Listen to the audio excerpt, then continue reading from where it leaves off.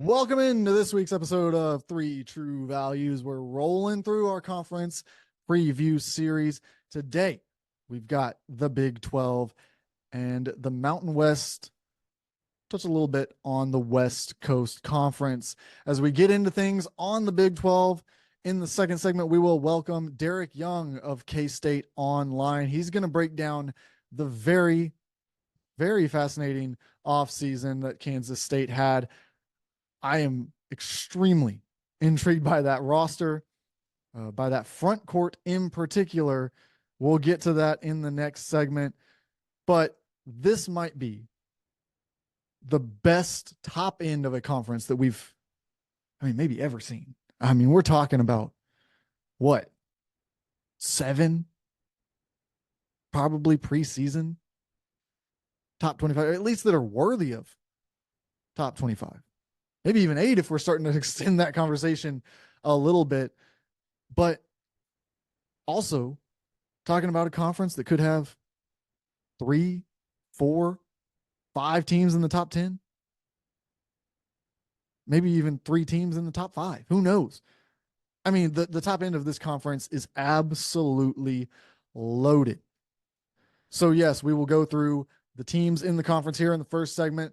We'll talk to Derek Young of K-State Online in the second segment. And then that final segment, we will walk through the Mountain West Conference as well as the West Coast Conference and what to look out for there. As we start, though, here in the Big 12, you got to start with Houston and Kansas. Those are the 2 teams that are going to separate themselves, that are going to really be the top teams in the conference when you walk through the preseason pretty much anytime you're talking about the Big 12. This season, I've got Houston just above Kansas going into the year. I think that Houston, the more sure thing here, they've got LJ Cryer back, Jawan Roberts, really most of the roster. They only lose Damian Dunn to the transfer portal and Jamal Shed to the NBA. That's it. They bring in Milos Uzan, and then 2 freshmen, Mercy Miller and Chase McCarty. But man, I think this team's going to pick up right where they left off. You don't see many teams bring back this many players into defined roles. I think that pretty much everyone on this Houston team knows where they fit in the pecking order and what they're expected to do. Kansas, on the other hand, yes, they bring back Jawan Harris. They bring back KJ Adams. They bring back Hunter Dickinson. And Marco Jackson is back as well. Zeke Mayo, AJ Storr, Rylan Griffin, Shaquille Moore, David Coit was a late addition. You've got the freshmen, Flory Badunga and Rakis Passmore. They all have to find their pecking order here. It's going to be interesting to see. AJ Storr brought in probably to be one of the go-to guys, at least the go-to guy on the perimeter. I would have to assume, based off of his NBA draft stock last year, his scoring production, the talk that has surrounded his recruitment this offseason to get to Kansas. But while the talent is right there, and of course, it's hard to bet against Bill Self, I've just got Houston right there, edging out Kansas. Baylor should not be left out of that conversation, though. Yes, those are the 2 top teams, but Baylor, at third, make a case. I wouldn't put them there yet. Again, similarly to not putting Kansas above Houston, it's just we got to see what VJ Edgecombe can do in the college game.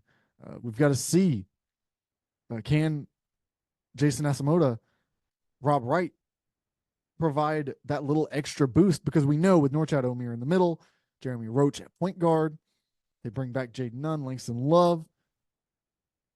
They've got the core of a really, really good team. Jalen Celestine, I think, was an underrated pickup from a depth perspective. A guy who will slot into that rotation for sure. Below them, though, is Iowa State, who just kind of cruised through last year as a really, really good basketball team. Guess what? They bring back Keyshawn Gilbert and Taman Lipsey in the backcourt. Curtis Jones is back. Milan Monsilovic, he returns. Joshua Jefferson transfers in from St. Mary's. I think he really gives this team a chance to elevate even from what they were last year. That's right. Also, Brandon Chatfield, Deshaun Jackson enter the picture in that center conversation. So they've got a lot to play around with. I think this Iowa State team is going to be fantastic again under TJ Olsenberger. Arizona also in this category: Trace Townsend, Anthony Delorso, Tobe Owaka. I mean, what a trio to bring in the transfer portal. Carter Bryant, a freshman, comes in. He's a 5-star type of guy. They bring back Caleb Love. They bring back KJ Lewis, Jaden Bradley. A lot to like about this team. And yes, they lose Umar Ballo to the transfer portal. But all the talk around Arizona has been about Matias Krivas. This guy is expected to come in and be a potential first-round NBA draft pick. That's what all the buzz has been around Arizona, around NBA circles, this mock draft community. Matias Krivas is almost universally in that end of the first round conversation. And if you've got that at center, you've got the options on the wing that I just listed, and then Caleb Love, that kind of veteran presence on the outside.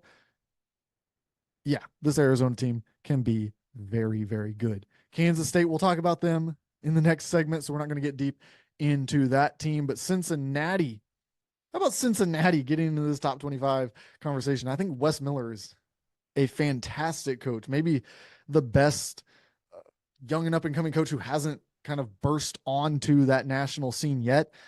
This should be the year with the roster that he's got. The amount of returning guys who have a defined role. I mean, we talk about that's going to be so important in college basketball moving forward, especially in this era that we're in. Dan Skillings, Aziz Bandargo, I mean, you add in Tyler Betsy, one of the highest ranked transfers that Cincinnati has ever been able to land. Dylan Mitchell comes in the transfer portal along with Connor Hickman, Arrington Page. This team, the hype is real around Cincinnati. I think they're a borderline top 25 team entering the season. Then you got BYU. And BYU, man, you bring in a new coach and you wonder, Mark Pope leaves for Kentucky. What is this team going to be like? Well, this new coach, he comes from the NBA. And I think the question usually when you bring in a guy from the NBA to the college ranks is, can he recruit? Sure, we know he's got the X's and O's. Can he recruit? Well, how about landing Igor Demin, a projected lottery pick from overseas, comes to BYU to play 1 year of college basketball? How about getting Cannon Catchings late in the cycle to round out a big recruiting class? I mean, he's building this thing out. Now, there is some concern to be had, for sure, about this many freshmen coming in. I think that Demin kind of sets himself into a separate category, being an international guy who's played professionally. And then you bring in Moat Mag, Kibakita. They bring back, though. I think the retention was as good as anything. Dallin Hall, getting him back. Richie Saunders as well. There's some optimism here. BYU, for sure, moving forward, is going to be a force. I mean, they're in the conversation with AJ DeBonsta right now to land in the 2025 cycle. So moving forward, I have no questions about BYU, about the staff, about what they can do. I think they're on a meteoric rise. What is year one going to look like, though? That's the conversation that we have to have. And I'm optimistic based off of the pieces that we know they have, but a lot of upward, downward trajectory to be had based off the amount of freshmen who will probably have to step in at some point and contribute along the way.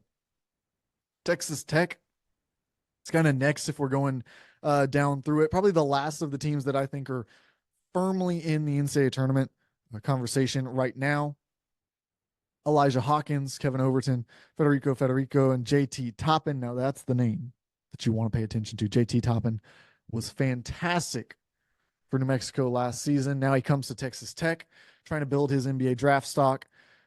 He joins a really decent list of returning players, headline Kerwin Walton, Devin Cambridge.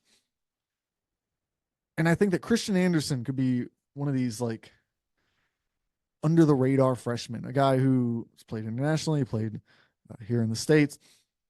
So he's not on all of the recruiting rankings, but a really good basketball player, somebody to watch for sure this season. Arizona State, interesting team. Very interested by Arizona State. Feels like Bobby Hurley there has tried to take this big swing. Jaden Quaintance, Josen Sanan. You add those two, and there's plenty of upward trajectory. Quaintance in particular, very coveted. I think it's going to be interesting to see. He reclassified what he can offer in year one. He's got to play 2 years of college before he can go to the NBA draft. But then you bring in the transfers: B.J. Freeman, Austin Mason, Brandon Gardner, Austin Nunez, Bashad Jihad, excuse me. Adam Miller comes back. Sean Phillips comes back. I don't see any reason why this Arizona team can't be in the NCAA tournament once again, but they haven't had a lot of success in these last few years. So I think it's a wait and see approach with them for sure. TCU, another team that just like a lot of additions to try to sort out Noah Reynolds, Frankie Collins, Rashawn Alette. We'll see what that looks like at the Power 5 level, the high major level, whatever you want to call it. Ernest Uday does return. I think that'll help them in the front court a lot. Trezarian White, an interesting player. I'm really fascinated to see what he can do in the Big 12 setting as well. Then you got Oklahoma State, and they're building a roster pretty much from scratch here. Bryce Thompson does return, but some interesting pieces. I like Devo Davis, Arturo Dean, a really good defensive guy to add to this group. Brandon Newman comes in. Just a lot of pieces. It's gonna take time to get that system up and going. UCF, it's a home run year. There's no question about it. Johnny Dawkins is going all in on winning big this year. Jalen Sellers comes back. Darius Johnson. I mean, you got some pieces that are coming back, but they went out and they took big risks. Mikey Williams, his friend JJ Taylor, also joins the team after Mikey was not allowed to play at Memphis last year in relation to some charges against him. Dior Johnson, who was out of JUCO last year because of some charges against him. UCF is looking a little bit last chance you like this year on the basketball court. There's nothing wrong with that if it has been vetted, if they feel comfortable with who these people are, where they are in their lives. Yes, give them a second chance. Give them this one more shot to be at this level because we know they've got talent. But there's red flags all over. And I like some of the other guys that they've got: Jordan Ivy Curry, Debo Coleman, Benny Williams, Keyshawn Hall, big fan of him. I'm not sure if they'll be able to cut through question marks that surround this team. West Virginia, another one. I mean, they just got, realistically, the rotation will probably be made up of maybe all new players, mostly through the transfer portal. Tucker DeVries is going to be the star there, following his dad from Drake. We'll get to see what he looks like in the high major setting. I'm excited for that. I think it'll be big for his draft stock, if nothing else. Utah, nothing to write home about. Mike Sherajamps, I'm interested to see him. I do like his game, but Ezra Azar, there's good players here. Don't get me wrong. Like, they're playing in the Big 12. I don't think that they're going to get just run over by teams, but I'm not sure that they're going to be able to win enough games in this conference to make it to the NCAA tournament. And then Colorado, I've got some real question marks about Colorado, and we'll wrap up here before we get to Derek Young on the other side, but got real question marks. I mean, you're coming off of a year with Cody Williams, Tristan Da Silva, KJ Simpson. I mean, probably the most talented Colorado team we've seen. And they did not really load back up at all. I don't see this team contending in the Big 10, Big 12 much at all. So Would like to be proven wrong, but I don't see it with this Colorado team. When we come back on the other side, we will break down Kansas State in depth. And then, of course, in the last segment today, we will talk about the Mountain West and West Coast Conference teams of note that you need to know more about right here on Three True Values. Stick with us. Welcome back into Three True Values. We've got Derek Young from K-State Online here to talk about the Wildcats with us. I really think that this is an intriguing team. I've got them in the top 25 to start the preseason. Some voters did not agree with that, obviously, as the AP poll came out. But I think that you look at who they brought in to replace the guys that left, and I think that they've got a lot to work with there. So, Derek, why don't you just start off by letting us know your thoughts on this offseason, as yes, there was plenty of outgoing players, but a lot that came in to the roster as well. Yeah, it'll come down to how this group gels, right? Because I think there's no doubt about it. They have more talent than they did last year, easily. They probably, and I know Marquise Noel and Keontae Johnson were good, but that was just kind of those two ran the show, and it was, role players surrounding them. And Naquan Tomlin had a really high upside, obviously, as well in that team. But just top to bottom, they're probably still even more talented this year than that team was. I've said it a few times. I think they have a roster that's capable of reaching the Final Four. I think they can be that good. They also have a roster that's capable of missing the NCAA tournament. The range of potential outcomes is probably wider for Kansas State than it might be for any team in college basketball. I truly believe that. But you're right. I was a little surprised they weren't in the top 25. Some of the biggest voices in college basketball, whether it be you, Rob Doster, and Jeff Goodman for the Field of 68, they've all kind of voiced that. It's a little bit silly not to put this talented of a roster in the top 25. Yeah, I think there's some level of kind of prove it to us, but that feels silly when, like you said, just 1 year prior to last year, they were so good and had such an impressive group of players. But I think where this roster will start and what kind of gives them that wide of a gap is the front court. And what we see, they bring in Onyinsu from Kentucky, known as a real defensive stopper. His stat line's not going to impress you if you just look at the box score, but he does so much to help a team win basketball games. And then they also bring in Coleman Hawkins, who off the court is going to be a lot of fun for you guys to cover. Never shy about voicing his opinion, but he's also a really, really good defender and has a lot of potential that we've seen Illinois attempt to unlock over the past few seasons.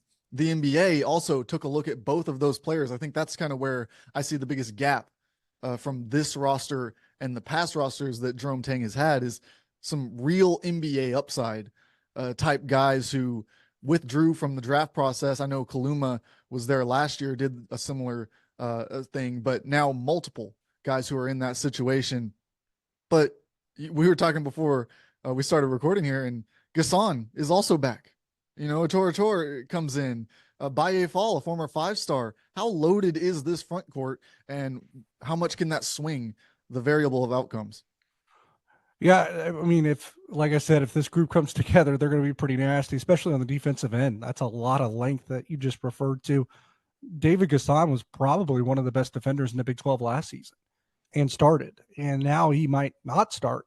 So they'll also probably have some egos to massage a little bit at times, because they do have so much depth. And if everyone gets close to or hits their expectations up and down the roster, then they're probably going to be in contention to be one of the deeper teams in the league. But you can be really deep and really good in this league and still go about, I don't know, they play 20 conference games this year instead of 18. So you can probably still go like 11-9. Like, Kansas State plays, Arizona and Houston back-to-back at home, I think, at one point this year. They play KU twice. They obviously you still got to play Baylor as well. So, I mean, the league is a bear. But you got Onyinsu and Coleman Hawkins. What I will say is, you're going to get defense there. How much offense are you going to get? That's probably a little bit of a question, but you also said it. Those two are probably, at least you ask most people that have watched a lot of college basketball the last year or two, those two do whatever it takes to win games too. Mhm. They just make teams better, even if their stat lines aren't particularly outstanding. So they'll have to get maybe offense from elsewhere, and they still have, and we'll talk about it. They have some other guys on this roster that are fully capable of going off and scoring, but defensively and just doing the things that are necessary to win games, they really have that. You talk about the defense and rebounding of Yagata Onyenso, um, Coleman Hawkins, the way he could play defense, guard a lot of different positions as long as he's healthy, could space the floor. Shore Chore can really shore up what has kind of hurt them the last few years, and that's why they really wanted him, and it's defensive rebounding. And then again, like I said, David Gasson might have been one of the best defenders in the Big 12 last year. So they have a lot of intriguing pieces. If they make them fit, if they make this puzzle really go together, like I said, I do think the Final Four is probably the ceiling. Yeah. And you talk about the need for offense, and the engine for the offense in the Jerome Tang era has always been that undersized point guard. He's had it, and he's got it again with Doug McDaniel, a proven commodity in college basketball, somebody who we know what he brings to the table. How important is that to what K-State wants to do? I know it kind of goes against kind of the basketball principles that we think of, get as tall and as, athletic as you can, but Tang has really leaned into having this undersized point guard run his system. Absolutely. And really, I thought one of the reasons why last year did not go as well, part of it was the Naquan Tomlin not being a part of your team. I think they're probably in the NCAA tournament if he's on that roster start to finish. But another thing is Tyler Perry wasn't that guy. He would have probably, in a bit more comfortable situation, would have been the off-ball point guard, or the off-ball guard. But he didn't have that luxury. The way that team was structured and the pieces, like they tried to get Max Asmus, right? He would have been perfect for Jerome Tang. He instead went to Texas. So Tyler Perry kind of gets, introduced into this role that probably wasn't the best for him. Now, Doug McDaniel is a lot more like Marquise Noel. So I think the fit is going to be outstanding there. A determined, really brave guard, fast. So I think that's why I'm probably along the lines of thinking this team is going to be hit closer to their ceiling rather than the floor that we discussed, because the Doug McDaniel, Jerome Tang marriage, that should be one that really, really works wonderfully. And then we haven't talked about it yet. We talked about Doug McDaniel being the engine, and he could shoot it too, right? And Coleman Hawkins shot it well last year, so he's a guy that spaces the floor. If he can knock down shots, that's going to be big, and he's probably going to get a lot of open looks. But they got some dudes that they also got some dudes in the transfer portal that can really shoot it. Brendan Hassan, everyone knows that he can really shoot it, and he's probably going to get a ton of open looks in this offense because teams are going to have to worry about Coleman Hawkins. Teams are going to have to worry about Doug McDaniel. So Brendan Hassan should get some, a lot of open looks, and they really like what they've seen out of Max Jones in practice so far. He's been probably him and true freshman David Castillo. The entire building can't stop raving about those two right now. So the fact that we've talked about 5 or 6 guys, I haven't talked about the two that they are loving a lot right now, shows me that this thing is probably headed in the right direction. And you talk about the size, and you're right. Everything that we know about basketball tells us, this little guard thing should not work, even though he's already made it work multiple times. And it's also easier to work when everyone else on the floor is 6'8" or taller, right? Yeah. I mean, like they're big at every other position. Yeah, it's an interesting kind of pigeonhole that he's gotten tucked into here, where like it seems like such a coincidence the first time it happens. But then he keeps going out and getting it. And it's like, okay, is it because it's working, or is that really part of his system, something that he wants out on the floor? It's probably, maybe it could be that, right? Or he just likes guys that are just dogs. Marquise Noel was a dog. Doug McDaniel's you get a dog. that from the shorter players a lot of times. Yeah. They had to earn their way to this role. He talked about he's talked about he likes city guards because they just come. I mean, Marquise Noel from New York City. I think Doug McDaniel's from Chicago. So I think that goes hand in hand. It's also when you have success with those types of players, you're going to become an attractive destination for those players moving forward as well. Yeah, that's definitely true. I think that the kind of swing positions that I'm looking at, you already touched on some of them, the ones who can really shoot the ball, especially, but it's that wing spot. And that's not just for Kansas State. That's for pretty much everyone in the Big 12 and beyond across the country is once you get point guard and center set, it's those positions in between that are going to determine where you finish, not just in the regular season, but into the postseason, because we know that those are the two positions where you're spending a lot of your NIL resources. You've got to get those locked down to win in college basketball today. But those wing spots seem to be the places where maybe it's a little bit lighter in the portal on what you're able to get. So you've got to be able to fill those spots. They did really well, I think, with both Joneses, Housen we talked about. Just tell me, from the wing spot, who are the guys who are going to contribute, and then who maybe is going to be in that starting role there on the wing? Yeah, it'll be interesting because they've talked about even maybe going to a lineup, or I don't know if it's a starting lineup. It might be of a Shore, Coleman Hawkins, and you got Onyenso. And that's really big. And then you're asking Coleman Hawkins probably to guard the three. Can he do it? He can if he's healthy. If he's healthy and they can put Coleman Hawkins at the three, that really unlocks another bag of tricks that Kansas State can really deploy, because there's not going to be a lot of teams that can handle that much size on the court at once. Right. Maybe they can when they're the offensive team and they can try to get some matchups, but I mean, it's going to be hard. Coleman Hawkins, if he's healthy, he's just the difference maker here, I think. Obviously, I would agree that Doug McDaniel's the engine, but like the next layer is like, how much of this potential this team are you going to unlock? And that probably comes down to how healthy and how productive Coleman Hawkins is. If he's on his A game, I think the sky's the limit for this team, because you talk about the wing, which is Brendan Hawson, Max Jones.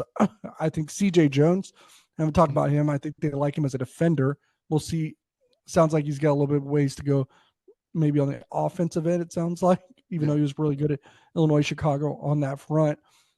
They've liked what they've seen out of him defensively so far. But, at the wing, I mean, I'm just saying, I wouldn't surprise me if we see quite a bit of Coleman Hawkins on the wing as well. And it sounds like a Shore. I looked at his his 3-point numbers a year ago, and they were really good. But then you watch a little bit of his form, see a longevity, and you kind of have questions about it. But it seems like he's been locked down for the perimeter again, and I think that's another thing. Like last year, this team should have been able to shoot it pretty well, but they didn't. Like this year, because they have Doug and they have Onyenso, there's going to be space for shooters, and I think they have plenty of them. Yeah, there's plenty to like about this Kansas State team, and we're going to follow them all season for sure. But they're in the Big 12, and we know there's really no gap in that schedule where you can breathe, especially this year. We've seen even some of the teams that in the past couple of years you've thought, okay, maybe we can go there and get something.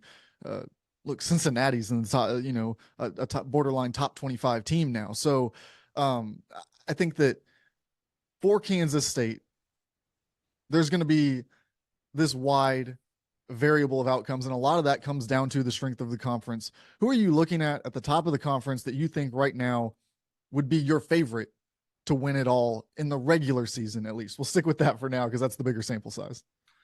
Yeah, we'll just talk. Everyone's really has their eyes on 5 teams, I think, that can really win the Big 12. I think it might be a little bit more than that, because like you said, people like Cincinnati, and I think K-State and Texas Tech are both getting undersold, probably those two. Yeah. So I mean, that's a really good 8. But the 5 that most people are talking about are what? Kansas, Baylor, Arizona, Iowa State, and I'm forgetting one. Houston. Yep. Houston reloaded, but without Jamal Shedd for the first time, I kind of have some questions there. I know Kelvin Sampson's a really good coach, but over a long season, I don't know that they're the best Big 12 team. I like Kansas, and I like what they did in the portal to kind of supplement and give themselves more depth, because that was their problem last year. They didn't have any depth. But I thought another problem for them last year was like Hunter Dickinson sometimes is borderline unplayable in the final minutes of a game. Mm-hmm. And you're going to be playing a lot of close games in the Big 12. So I realize you could look at the talent, especially him on the offensive end, and their talent, the whole roster. Bill Self's their coach. I get why they're number 1. But that's a little bit of a fatal flaw to me, because the Big 12 is so good. The coaches are so good that they put Hunter Dickinson in a blender and hurt KU that way last year. And I think that can still happen again. Excuse me. Arizona is going to be good, but it's like what I said in football, and it's coming out pretty correct outside of Texas, just because they're that good in football and the SEC. But new teams going to new leagues usually have some growing pains. And every new team in the Big 12 this year is going through some growing pains. And every other new team in every other league is going through some growing pains, except, I guess, Oregon in the Big 10, Texas in the SEC, just because those two have loaded rosters, right? Right. So I have question marks about Arizona. Excuse me. Oh, Iowa State. I get the returning production and the way that they do things, Mm-hmm. but at some point you got to have some dudes, and like I just don't know if there's enough like top tier dudes. Yeah. I think they have a bunch of second tier dudes, and that's why they are That's good. right. Yeah, but I think you have a hard time winning a league this good without a bona fide stud, right? So that's Mm-hmm. my question with them. I kind of lean to Baylor. Mm-hmm. They got Jeremy Roach now too, which I think is a good fit. I think VJ Etchcomb's going to be a monster. Like I might lean towards Baylor, and they've kind of not been that team for 3 years now. So it's almost like the cycle's back on, and this could be Baylor's year. Yeah, I don't think there's any wrong answer there of those names that you listed. I probably still lean Houston just because they're such a machine. I mean, we've seen them just over and over. But Baylor, look, they bring in veteran talent around some really good freshmen that they brought in.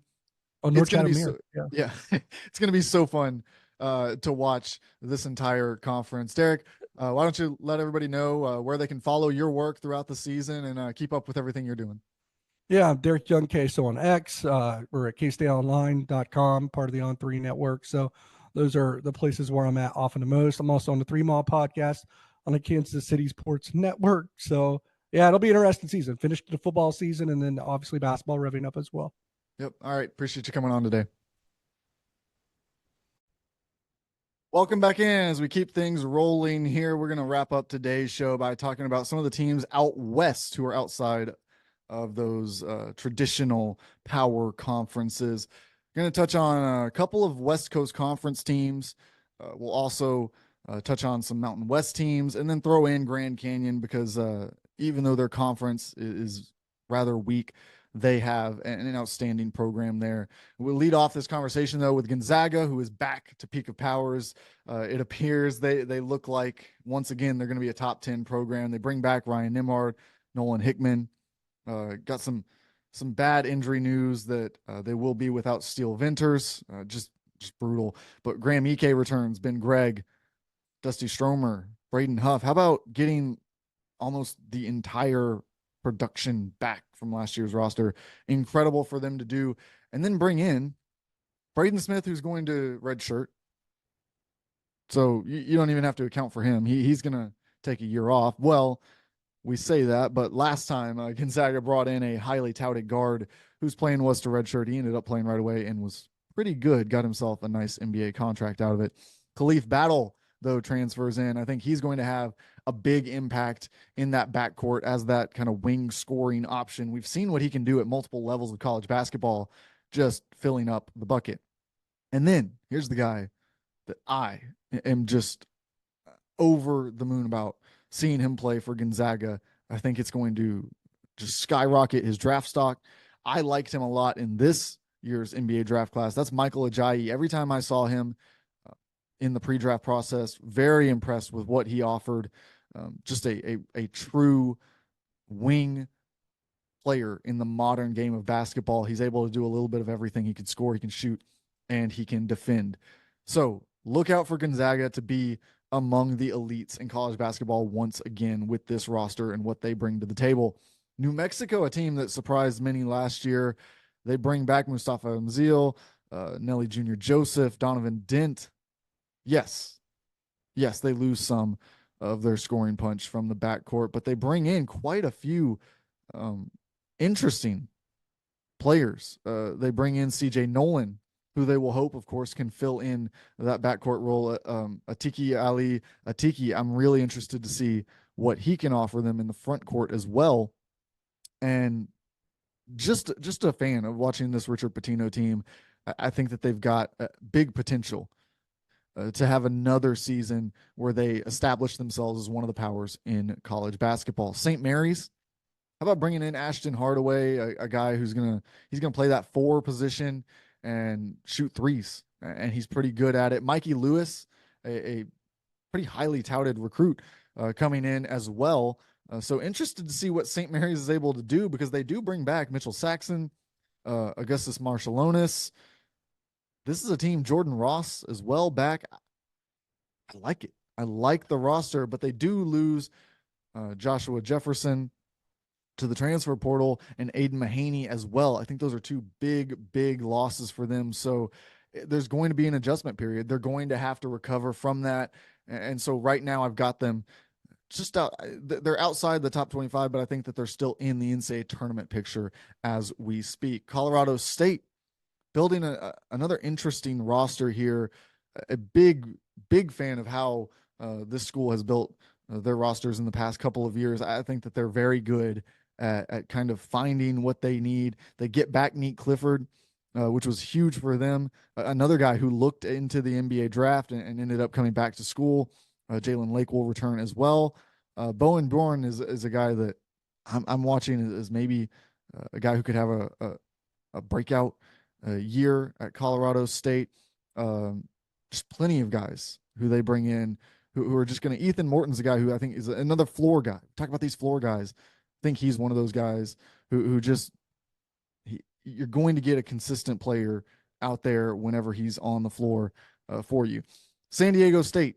Now, San Diego State has a wide range here. I have moved them up and down personally quite a bit throughout the course of things. I think that they're just outside the top 25 right now, if I had to place them, but definitely in the NCAA tournament.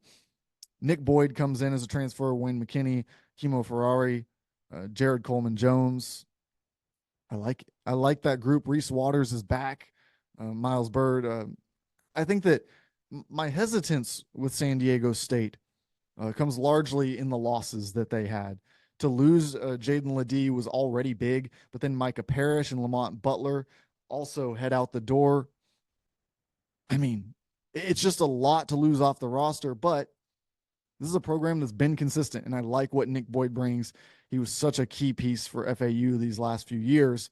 We'll see, though, what they have to offer. Grand Canyon, you want to talk about a team that could just completely outperform. This is a team that probably will go undefeated in their conference, at least should. Not only do they bring back Rayshawn Harrison, Tyon Grant Foster returns for another year. You got Loke War, Colin Moore. You bring in a guy in Dennis Evans, who was a decently touted recruit, but had health issues at Louisville, wasn't able to get out on the floor because of that. Jacoby Coles, who I think is a big addition for them, providing them with something, just a glue guy to come in there and do some of the dirty work. I think Grand Canyon is in for another big season this year. Washington State now, the Pac-2. The Pac-2, they get left behind in the Conference of Champions, but Washington State not letting it affect them.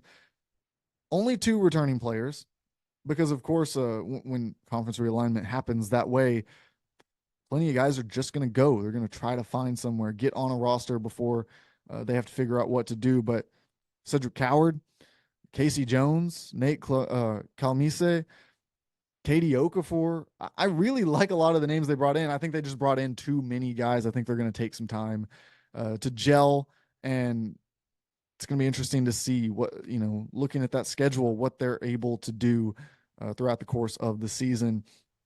Can they get into that bubble conversation? That's going to be the conversation for Washington State. Boise State definitely in the bubble conversation as they bring back Omar Stanley, Tyson Dagenhart. But here's the just crushing blow for them this offseason was losing Chibuzi Ogbo. When he left, I thought it put a big dent in what they were going to be able to do. Now, they did respond. Dylan Anderson comes in from the transfer portal. He'll be big for them in the middle. Alvaro Cardenas as well is going to provide them with a nice punch. But I'm interested to see how they replace what they did lose in the transfer portal last season. Nevada. How about Nevada?